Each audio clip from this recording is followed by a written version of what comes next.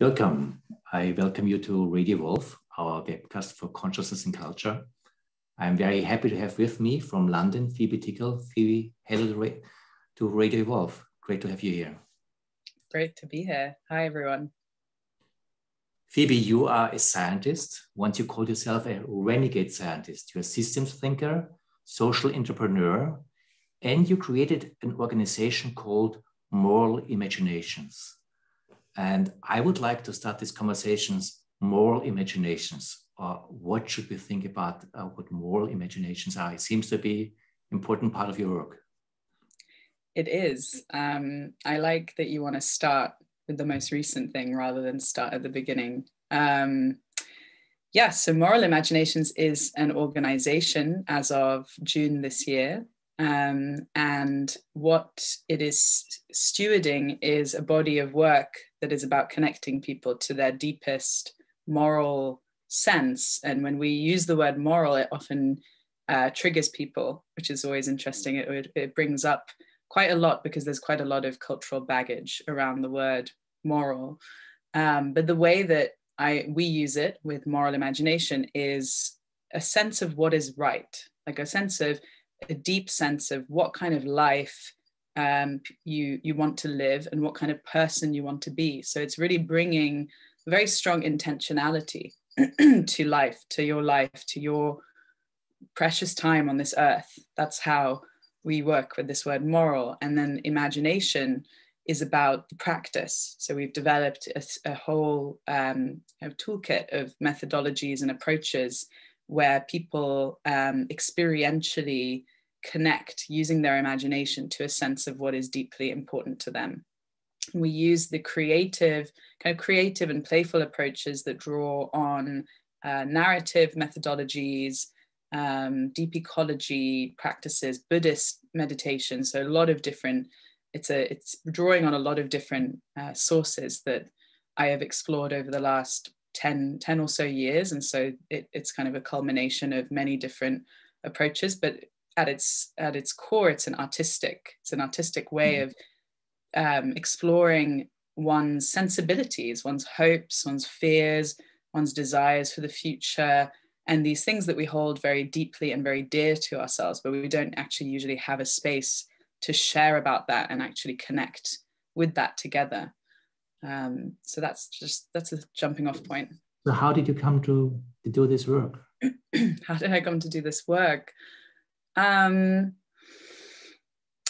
It's in a way, it's quite a deep question. I think from quite a young age, I mean, since I was 22, I've identified as a social entrepreneur. So somebody who has created many different initiatives with the aim of shifting the system. And the way that I've always decided, what do I want to do with my life, like my career, my professional life, ever since leaving university, it's always been about zooming out and connecting with what kind of world do I want to live in and what kind of person do I want to be. And so in a sense, I think I've always practiced this. This is always a practice. Like I always try and go back to first principles. And maybe this is because of my scientific background, that rather than being swept up by whatever is the kind of narrative or the cultural waves that we find ourselves in, I've always felt that actually a life for me that is worth living is one that connects to first principles of what kind of person do I want to be and what kind of world do I want to live in. And I think there's that's to do with privilege. Like it's to do with feeling like I have the permission to imagine that things could be different. And I think I actually have my time at a kind of prestigious academic university. I went to Cambridge University, and I mean, it was quite a journey because I started life in my local state school. It was like a very, just like a local school, quite, in some ways quite rough. And then after that, went to a private school, secondary school, and got into that. And then from there, ended up going to Cambridge University. And my mother is Hungarian, and an immigrant to the UK, and so for her and for my Hungarian family, Oxford and Cambridge was this, in a way, a bit of a dream, like a bit of an ideal, a sense of this is the kind of the best that the world has to offer, and it was a really big deal for my family, especially my Hungarian family. And then when I arrived at Cambridge, I in a way I was so shocked by the way things worked there, because I had envisioned that it would be very different. I envisioned a really boundless, thriving, amazing kind of learning culture where, learning and a love of learning was at the heart of it. And I just imagined that it would be an amazing experience. And when I arrived, I was shocked, because it was very, in a way, it was so high pressure. There was a lot of problems with people having mental health issues. People were under a huge amount of stress. There was no time to actually explore topics, like not just the topics that we were learning, but also larger topics of life. You're 18 years old, you're supposed to be getting prepared to think about the world and what kind of life you want to live. And there's just no time for that. And all the pressure was about doing exams and studying. And so in that moment, in that experience, I had quite a difficult time. I managed to have a good time in the end, but there were definitely points of struggle. And I think how I integrated that experience after I graduated, I saved up, I'd worked through the summer, and then I went and traveled to Southeast Asia and took some time, took 6 months to travel and to integrate this experience and to work out what I wanted to do next. I think part of how I integrated that experience was just realizing that actually, like, the way that the world, I don't know how to explain it. It's like, it was quite a developmental jump, I guess, because it was a realization that rather than being a passive participant or receiver of the system, like in a sense, like the society and the system and the education system in particular, it was a moment of transformation for me, because it made me realize actually the education system could be so much better. And I can actually imagine how it would be different. And I could imagine really concrete ways that you could redesign a university to be a much more enlivening, supportive and participatory experience. And so in that moment, I started to realize, like, I'm 21 years old, but who's to say that I don't have something to contribute to change things? This is a very long answer to your question, but this is really what came up for me. And so then my first initiative out of university was with a friend from university, starting an organization that ran transformative education programs for teenagers, for people aged 11 to 18. And it was just extraordinary to realize, like, I felt like I was barely an adult, and I was able to design something and create something that had value, and that actually, through being young, through being, the age I was able to offer something that perhaps I wouldn't be able to offer in 10 or 20 years' time, because there was a gift of having just come through the education system and having ideas about how it could be different, and then going out and designing that and doing something, and seeing, I think also seeing that people responded to that and were excited about it. So I think to loop back to your question of how did you start to do this work? I think that was probably the core of it, was realizing that I can envision there's a power in connecting with your, with trusting your instinct, right? Like, I think there's such a part of what Moral Imaginations is trying to, I wouldn't say solve, but is in response to, is in a way, part of the theory of change is that we as human beings are robbed of our sense of actually knowing what is good for us and what we need, and what we think is a good life, and what we think is suits what we need. And this happens through our education system. It happens through, going into workplaces where you're nested in hierarchies and you're constantly looking upwards to a manager to tell you that you've done a good job, even if you think, like, no, I have done a good job, or no, I think this is really good work. It's not really about what you think.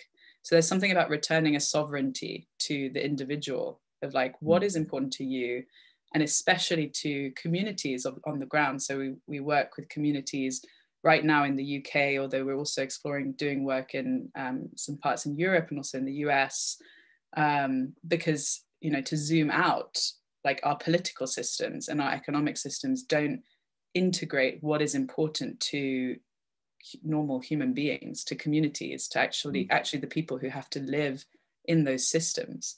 So by boosting and supporting and bolstering, you know, citizens' moral imagination, we hope that we can also shift these larger systems like the economic system and the democratic system as well, to give a voice to what is truly important to human beings. I think that seems to be the core of this work. And I have to admit, when I heard about moral imagination, there's something that electrified me right away. And it was the combination of these words in context of transformations of systems and society and the democratic process. Because both, in fact, imagination and morals don't have necessarily a good reputation. I mean, imaginations, yes, it's great to have imaginations. It's a nice thing, but in, let's call the serious scientific community, it's really not touching the rigid necessities of the scientific process. But there's something about our human capacity for imagination, which you can call just the capacity to dream, but I think that is maybe taking a little too flat, at least how we usually understand dreaming, because you have a nice dream, but our capacity to, yes, imagine how we want to live together. And then what you started to say also a minute ago, our moral senses, that we as humans, we have a deep sense, a gut sense, or whatever it is, of what we feel a good life is about, or what right and wrong is about. And there's something when we trust to go with that and to communicate with each other. Maybe this is also the foundation how to create democratic societies. Democratic societies are very much about coming together. How do we want to live together? And it seems that in our time, also in COVID time, where basically the specialists, the epidemic specialists tell us, and nothing, I mean, I really appreciate the work also of epidemiologists and what they do, but there's something about our human capacity to imagine how to respond that liberates something that seems to be left out and being important. I guess that many people who watch this saw in the invitation for this video, this little video clip, the Impossible Train story, and got a sense of what you're doing or what you're inviting people to do. But I really, I would like to investigate how something like moral imaginations can be a powerful tool to transform society, to transform us. What's your experience doing that? My experience in moral imagination transforming society. Well, we work with, I guess there are kind of three different ways that we work. We work with communities, like place-based communities, so people living in towns or villages or physically based communities. We work with organizations and institutions and everything from kind of local councils to larger, more national organizations. And then we also do work just more broadly, like with the public. So with the Impossible Train story, that was a piece of work that we just put out to the public, to our networks, and to anybody who sees it and who shows up. I think the way I've seen, well, the theory of change behind the work is kind of twofold. So the first one is shifting perception. So creating the space, whether that's the time or the physical space or, with a 5-minute video, creating an experience where people can be kind of snap out of the everyday business as usual keeping going at, sort of a bit more on, what's the word? Automatic, like an automatic way of living, where you're just sort of waking up and in a default mode. And what we try and create for people, sorry, the sun is really, really shining very strongly now. What we try and create for people is a way, we call it portals. So we try and create kind of portals out of the business as usual into a space of a deeper, a deeper connection with what's important. Some people have called it kind of universal, a universal sense, or a sense of, some people would say spiritual. We don't usually use that word, but that bigger picture, a connection to the bigger picture. And we do this through, at the moment, we focus on 3 pillars. So there are 3 portals that help people access this bigger picture. And they are a connection to the future generations, a connection to the natural world, to the more than human world, and lastly, a connection to ancestors and kind of deep time in the past. And by connecting with these 3 pillars using different methodologies and approaches and exercises, people get this expanded sense of aliveness and being alive. And it's almost like an antidote to the kind of busy, short-term, disconnected from nature way of existing that we're currently is quite a default, especially if you live in an urban area. So that's the first phase, is a shifting of perception and an expanded sense of self. And in a way, some people say this is almost like a return to an indigenous way of being, or maybe towards indigeneity. Although I wouldn't say that, because indigenous implies going backwards, like it implies we're kind of going back to how we used to live. I think there's something about, we can't go back, but we can reconnect. We can reconnect with the natural world. We can reconnect with a sense of future generations, a sense of where we come from, a sense of belonging, of meaning, of purpose. So this is the first phase. And then the second phase is, how do you then embed imagination into either your organizational practice or into your place-based community? How can we create physical spaces to keep this connection, these portals going?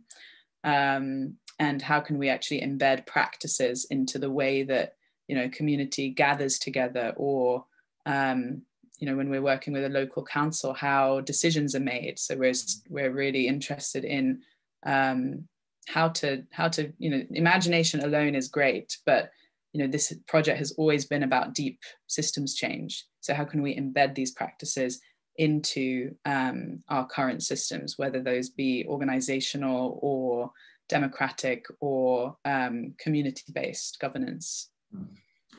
Watching your work, I watched some of your videos, and I saw you in Berlin, where we were together at the gathering. What I was impressed by is, doing this, you somehow get liberated out of your functional mode. There's a recognition. If you can call it spiritual, but you don't need to call it spiritual. But there's some recognition that if I leave my usual functional relationships, how I feel my necessities to unfold, maybe my work, maybe my family life, somehow how I have to function. When I leave that and I'm put in a different place, something comes alive in myself that connects me deeper to a deeper layer of reality.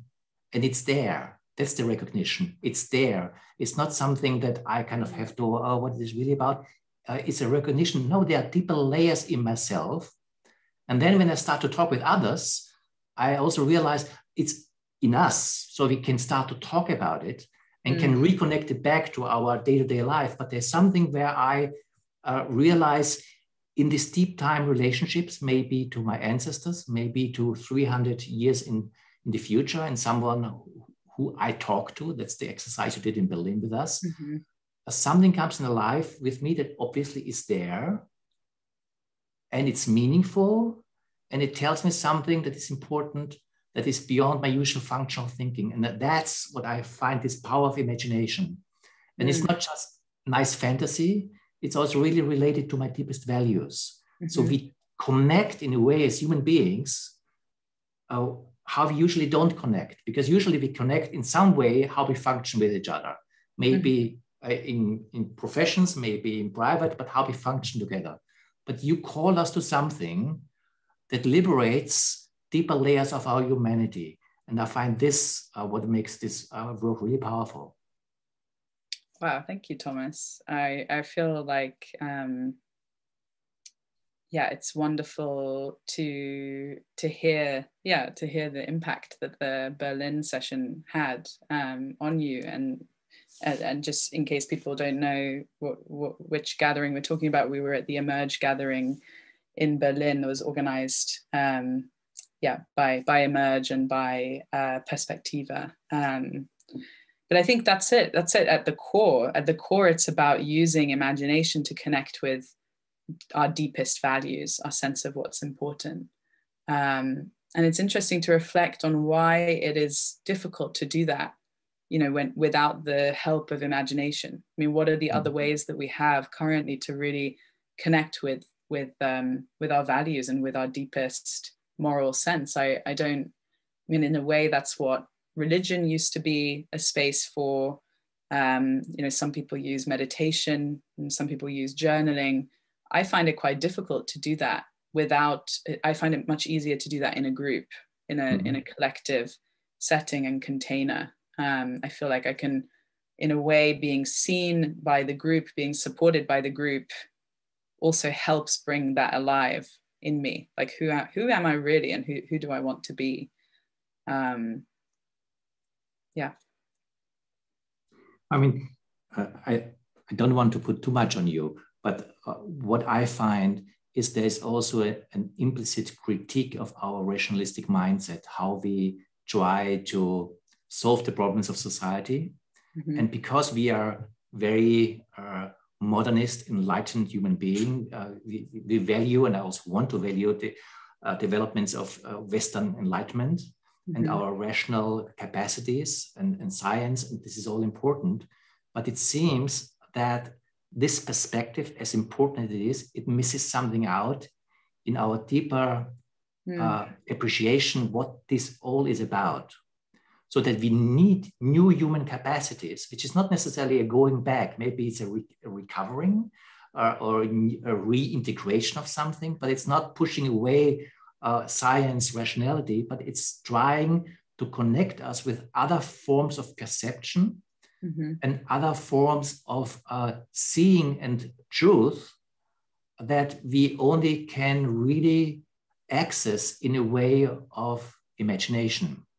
So in that sense, I see that there's also something opening up where we really try to understand, yes, we have to be very rational in the way of how we relate with our societies. We're in a very critical situation as a civilization. We have to also trust science, but we also have to see that we have other human faculties. And with these other human faculties, we don't see the whole picture. And there's something is opening up that we have to do together. And it's both again.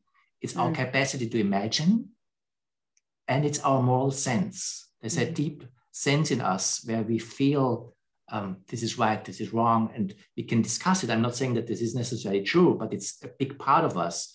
And just trusting that there's something in our soul, in our heart that feels this way, and it's related to how we can imagine, allows us to think differently how we develop our societies. And this capacities is a human technology, if I may call it this way. It sounds a little strange to call it technology, but it is something that I think we have to develop together in order, if we also want to get out of this trap of just systemic, rational thinking about things,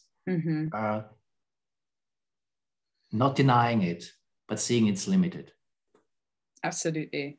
Absolutely. And this has been a core part of my journey being a scientist. And, part of my struggle at university was this sense of, I'd gone into science thinking that natural science, the the old, wouldn't say ancient, but the older kind of natural scientists were much more like philosophers. The boundary between philosophy and science was much more porous.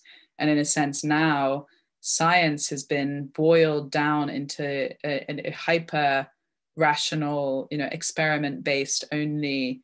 Largely it's focused around experiments, although some areas of science are a little different. You've got areas of kind of theoretical physics or evolutionary biology, but largely it felt so devoid of these larger questions of what's important. Why are we here on the earth? How do we find out? Science is at its core a quest towards truth, but those larger philosophical questions were missing for me. And since I worked as a scientist, as a researcher at Imperial College for two years after leaving Cambridge, because I really love science. I loved it, and I found it very difficult to let go of it, because I still really wanted to be in that world and to interact with scientists and to be in. Science is also a way of being in relationship with the natural world. It's a way of being curious and connecting and being in this, as I say, like in a kind of communion or a relationship with the natural world and with wonder and with a kind of desire for truth and meaning.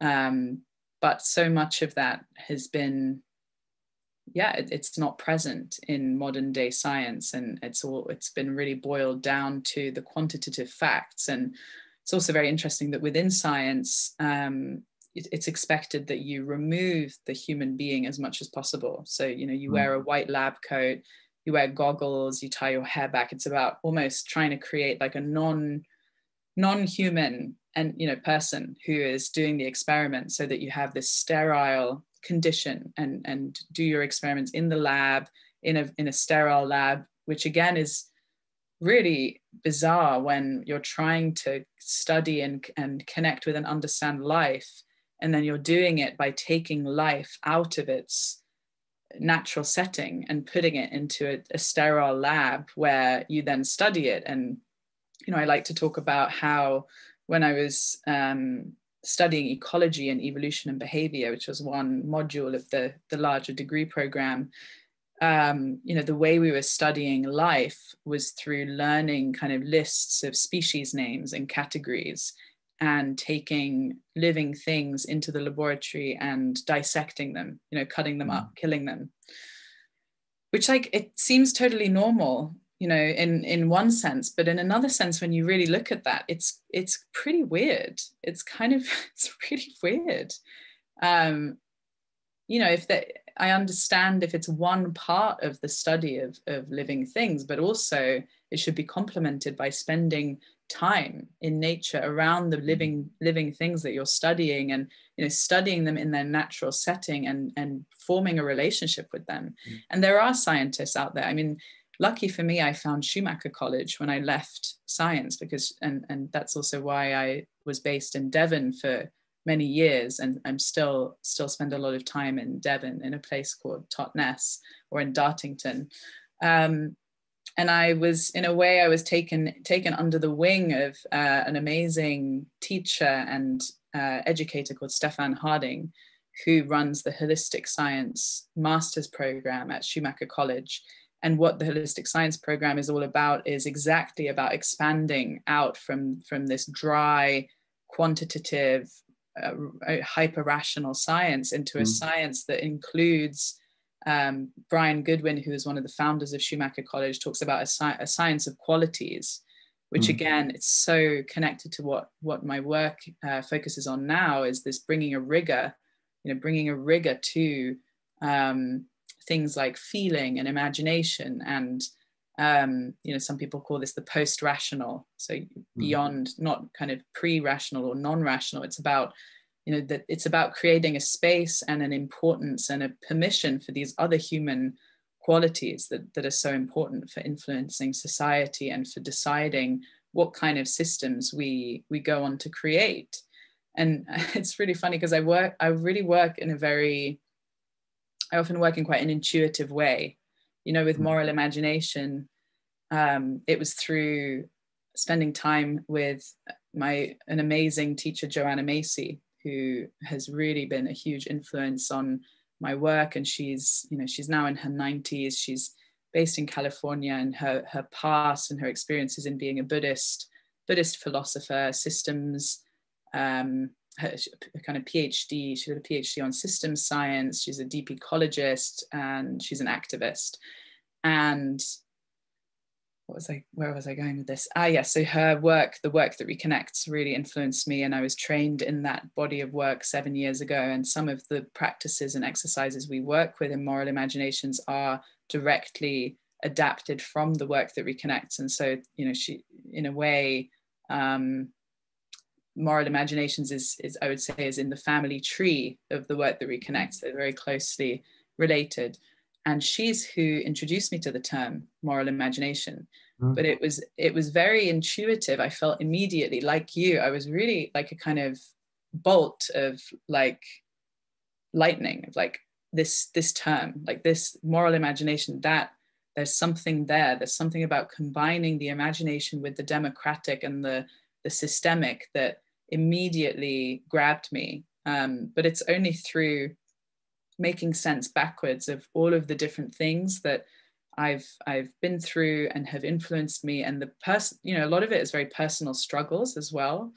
I think when telling one's life story, it's quite easy to make out that it's like, you do one thing and then you do another thing and it all makes sense and it's all this lovely path that makes total sense. But actually, the struggle of leaving behind science and leaving a career that in many ways was so dear to me. Like I really wanted to, there were large parts of me that really, really wanted my whole life to be lived as a scientist and to really stay in that profession. And, it was more than a profession. It was a calling. It was a vocation. It was really,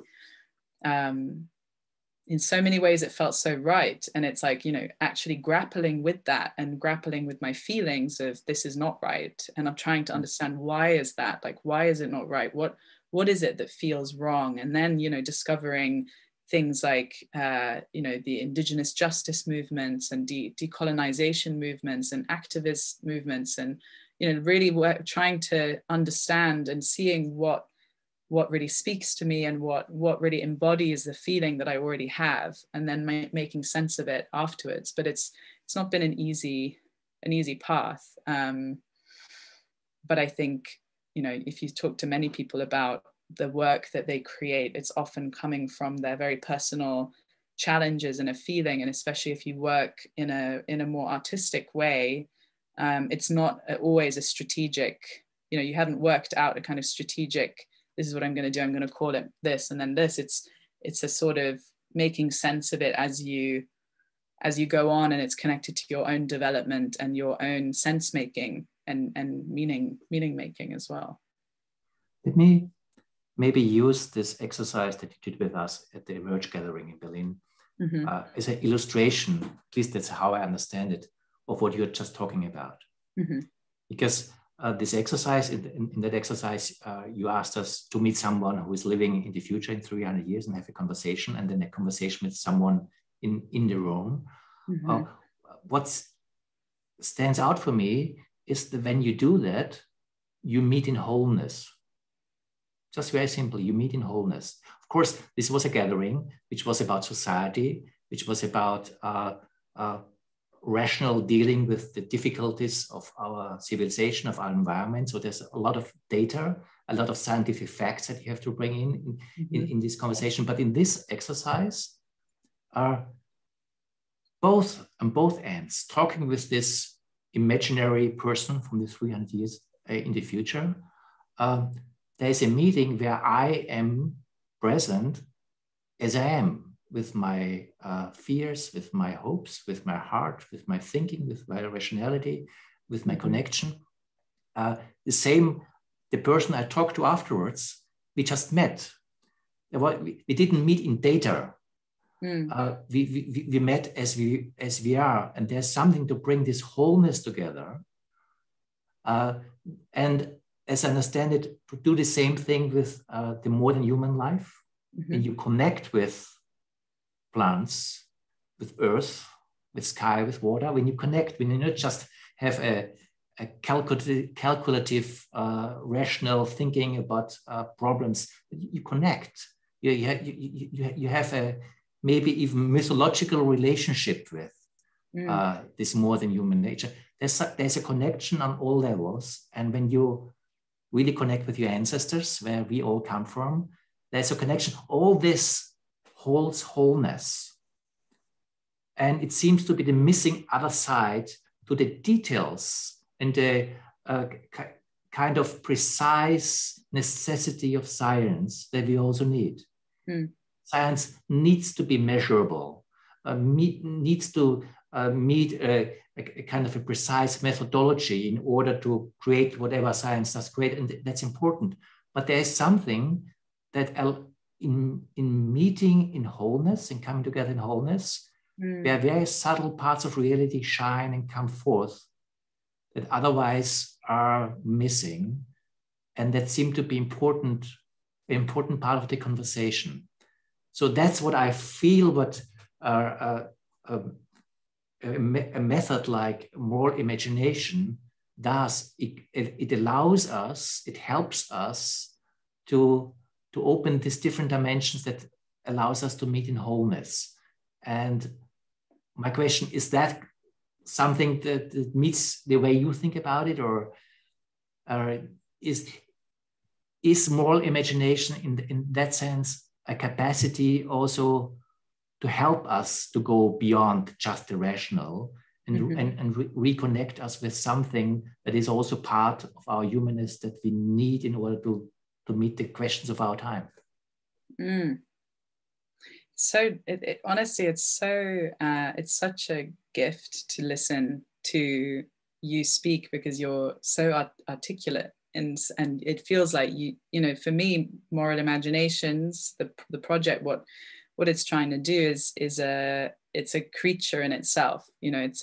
And it's the same as, you know, if you birth an organization or an entity, you know, it lives as its own, it's a being, you know, in its own right. And so to some extent, you know, I am sourcing, you know, I feel like I have birthed this being, and I'm helping translate, or, you know, explain and put into words, put into practice what it is and what it's here to do. But it's, you know, hearing someone else, you know, it feels like you're kind of listening to this being and to this creature, and you know, also helping make sense of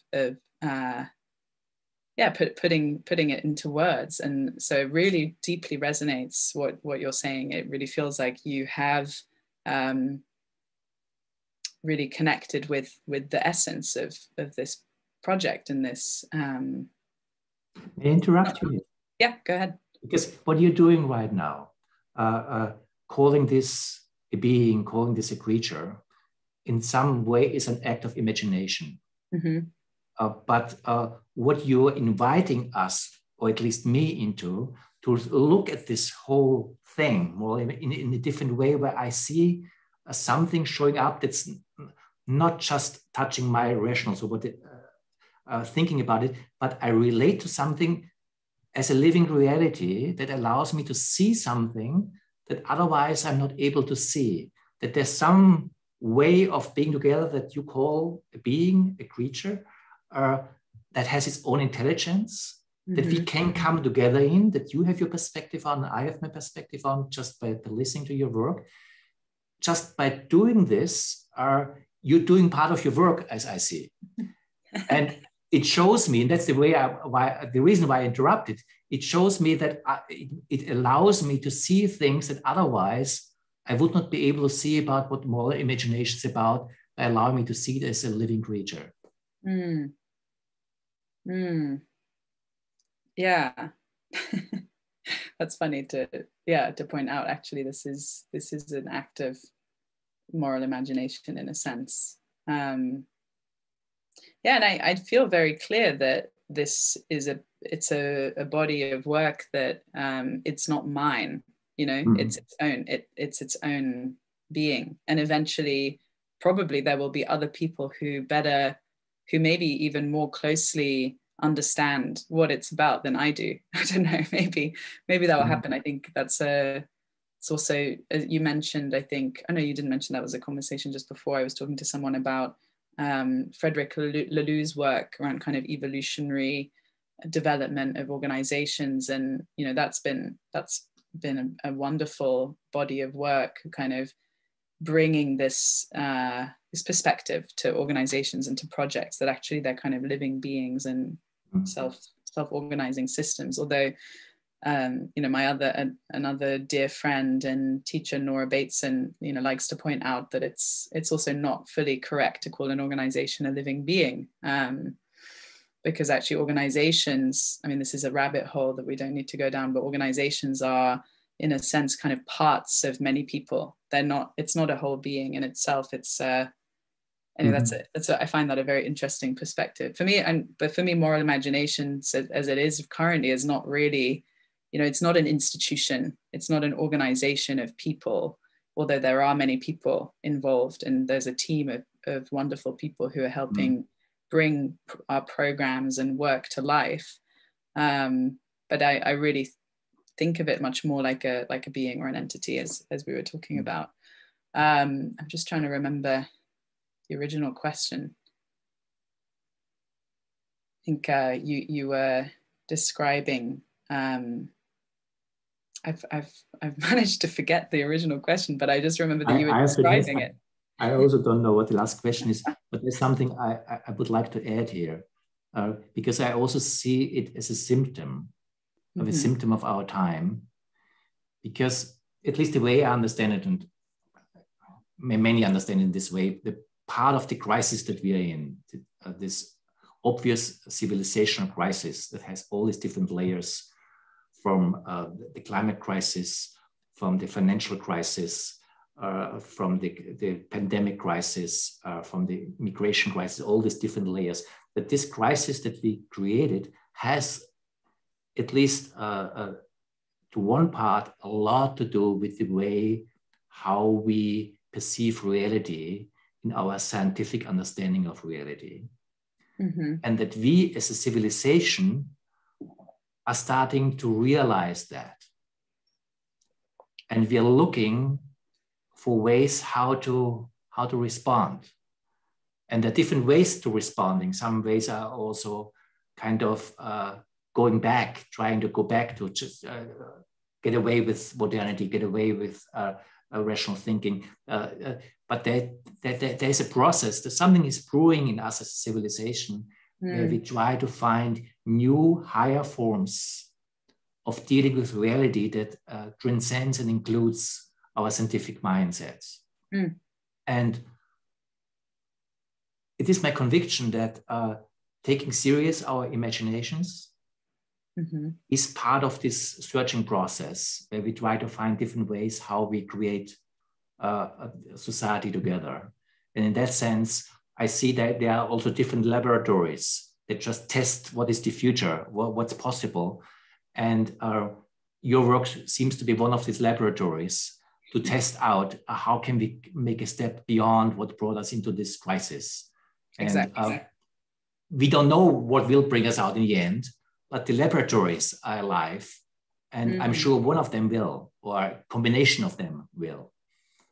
That's such a great metaphor. It really felt that way at the Emerge gathering as well. That, you know, for me, it's amazing to see just in the last 5 years, I swear there's been such an acceleration in the last 5 years or so of groups and people who are starting to cohere and to, you know, and within civil society as well, like in the UK, I'm quite embedded in the NGO, public sector and government, local council sector.